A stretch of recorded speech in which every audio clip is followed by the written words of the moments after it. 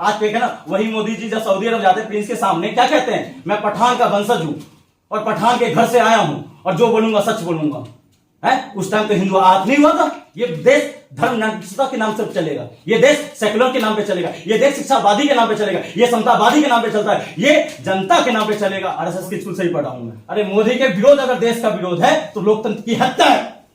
फिर हम आजाद देश में गुलाम घूम रहे हैं और आप लोग पत्रकारिता की वजह से घूम रहे हैं। परसों वाजपेयी को जेल में क्यों नहीं डाल देते, अजीत अंजुम को जेल में क्यों नहीं डाल देते, प्रज्ञा मिश्रा को जेल में क्यों नहीं डाल देते, साक्षी जोशी को जेल में क्यों नहीं डाल देते हैं।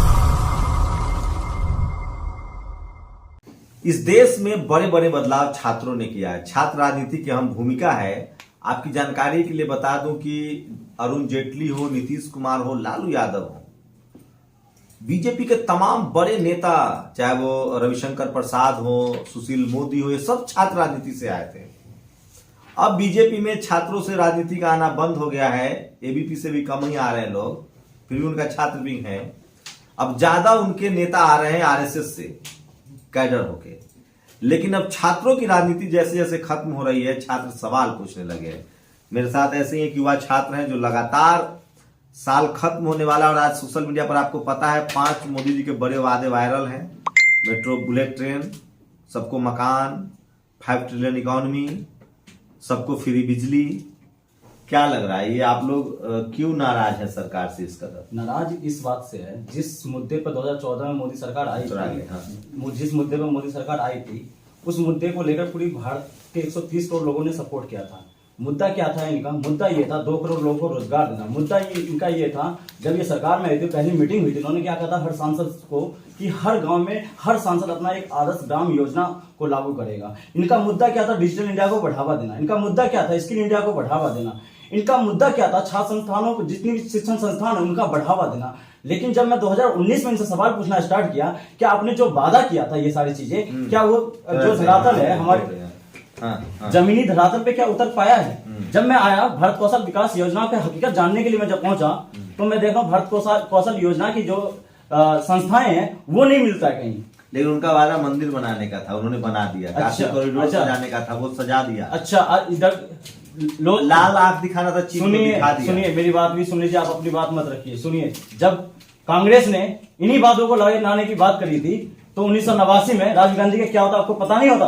राम मंदिर खुलवाने के नाम पर क्या हुआ था। और दूसरी बात सुनिए, आप बात जो कह रहे हैं, आज कांग्रेस को लोगों ने अपने आंखों की सराखे पर चला रखा, आज उसको हटाने की, सत्ता से हटाने का काम किया। क्यों किया था? उन्होंने छात्रों के साथ शोषण किया था, नहीं किया था? जेपी आंदोलन क्यों उभरा था आपको पता है? कि तो इन्होंने तो ऑप्शन दिया है कि क्या ऑप्शन दिया? पकौड़ा तलो, ITI करो। अच्छा, आप ये रोजगार का मतलब क्या होता है?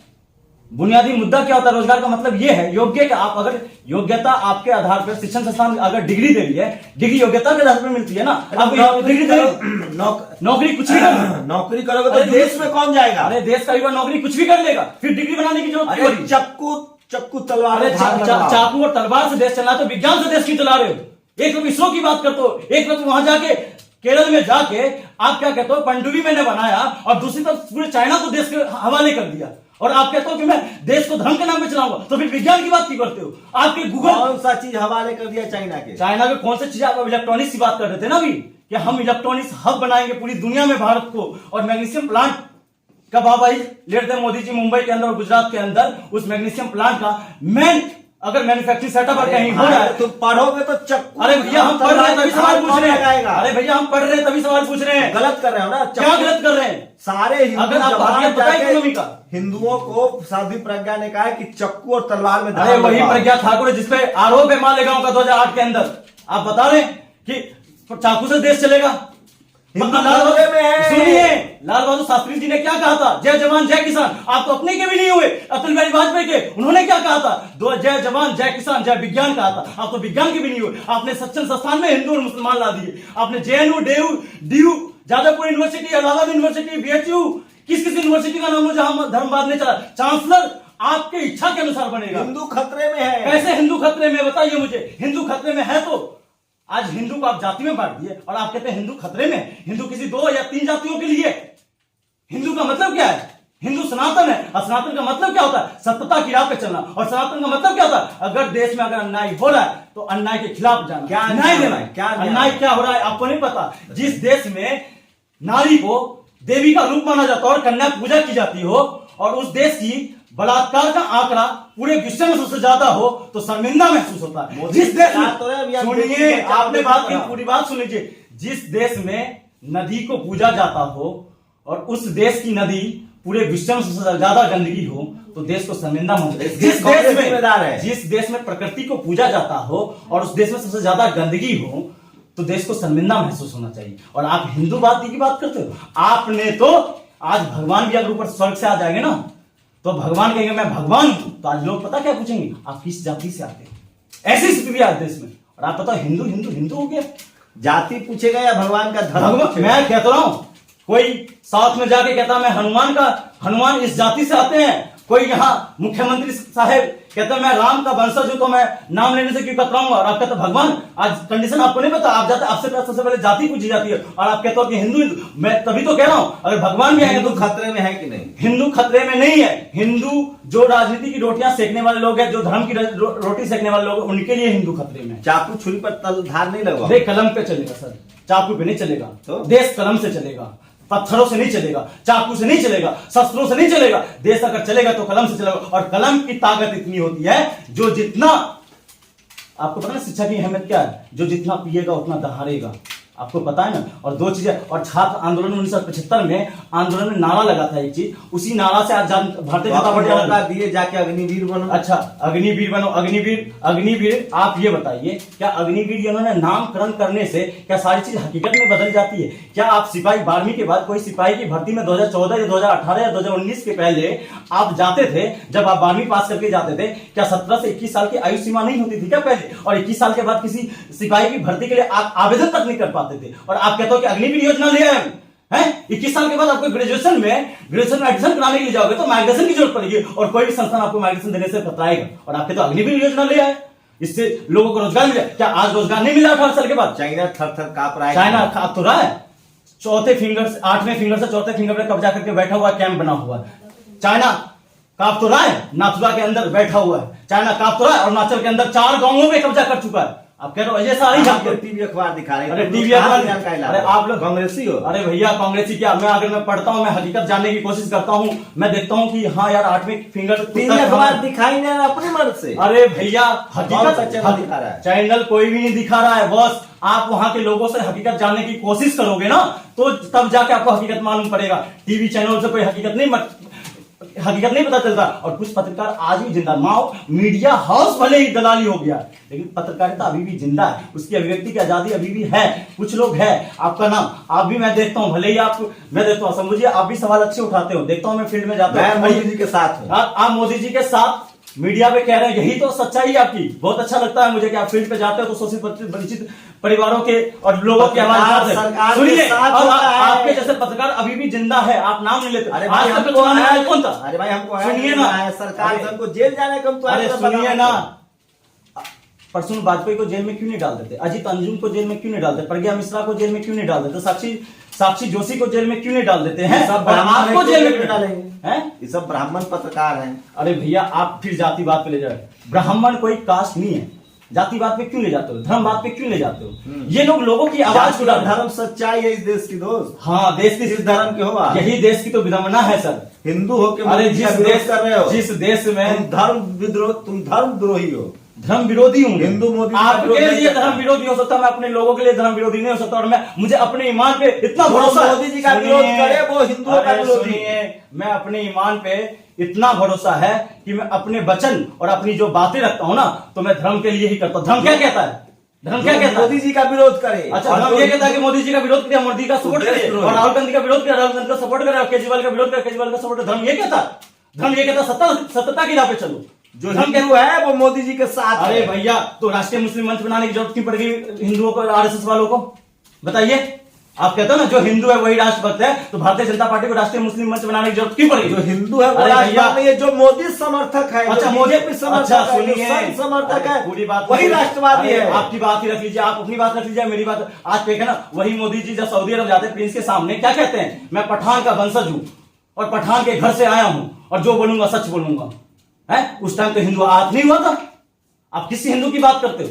ये देश धर्म निरपेक्षता के नाम से चलेगा, ये देश सेकुलर के नाम पे चलेगा, ये देश शिक्षावादी के नाम पे चलेगा, ये समतावादी के नाम पे चलता है, ये जनता के नाम पे चलेगा, और ये लैंगिक समाज। आप लोग टुकड़े टुकड़े गैंग वाले हो। अरे भैया, आपके कहने से मैं टुकड़े टुकड़े गैंग हो जाऊंगा ना, तो मुझे कोई शर्मिंदा महसूस नहीं। सुनिए, अर्बन नक्सल कह दीजिए, रूरल नक्सल कह दीजिए, आप लोग का यही तो है, बोधन डाल देंगे ये आतंकवादी है, ये आईएसआई का एजेंट है। आरएसएस कोई धार्मिक उन्मादी वाला संस्था थोड़ी ना है, राष्ट्रवादी संगठन। राष्ट्रवादी संघ, मैं उसी विद्यालय से पढ़ा हुआ हूँ, आरएसएस के स्कूल से ही पढ़ा हूँ मैं।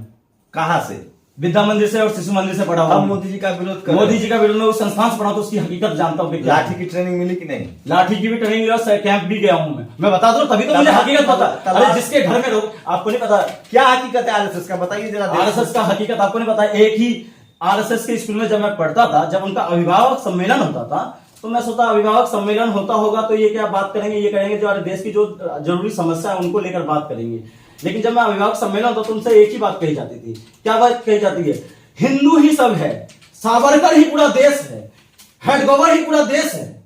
अरे भैया, अगर हेडगोवर नहीं यार, हेडगेवार। हाँ, हेडगोवर।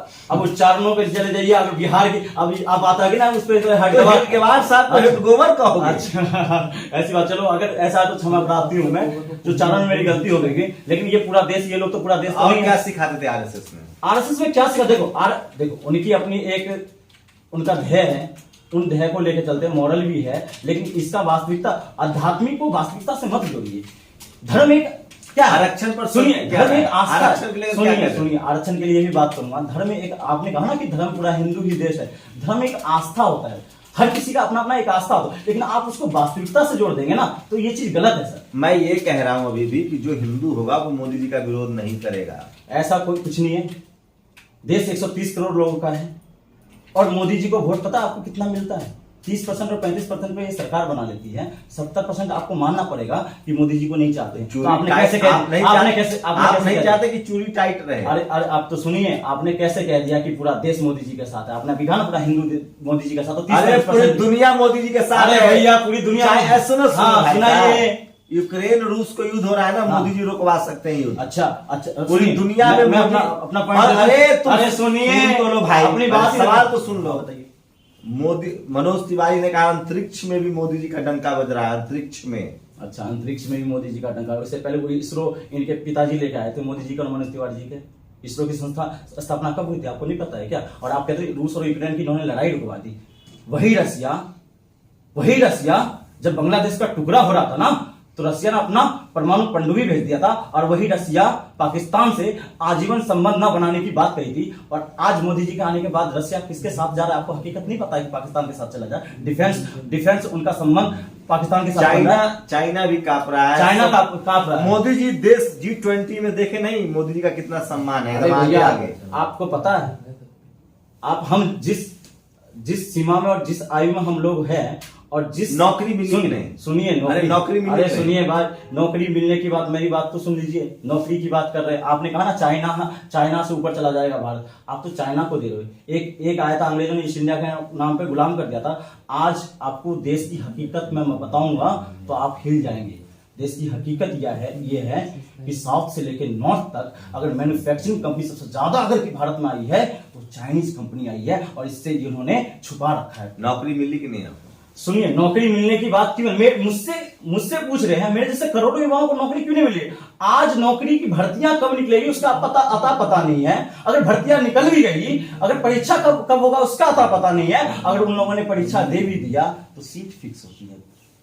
अच्छा, सबको नौकरी करेगा सब, तो तलवार चाकू में धार कौन लगवाएगा? अब यही तो बात तो मैं कह रहा हूँ। तलवार चाकू की बात क्यों करो, कलम की बात करो ना। धर्म की ध्वजा कौन फहराए? मैं धर्म की बात, आस्था की बात करो तो वास्तविकता की भी तो बात करो, विज्ञान की भी तो बात करो।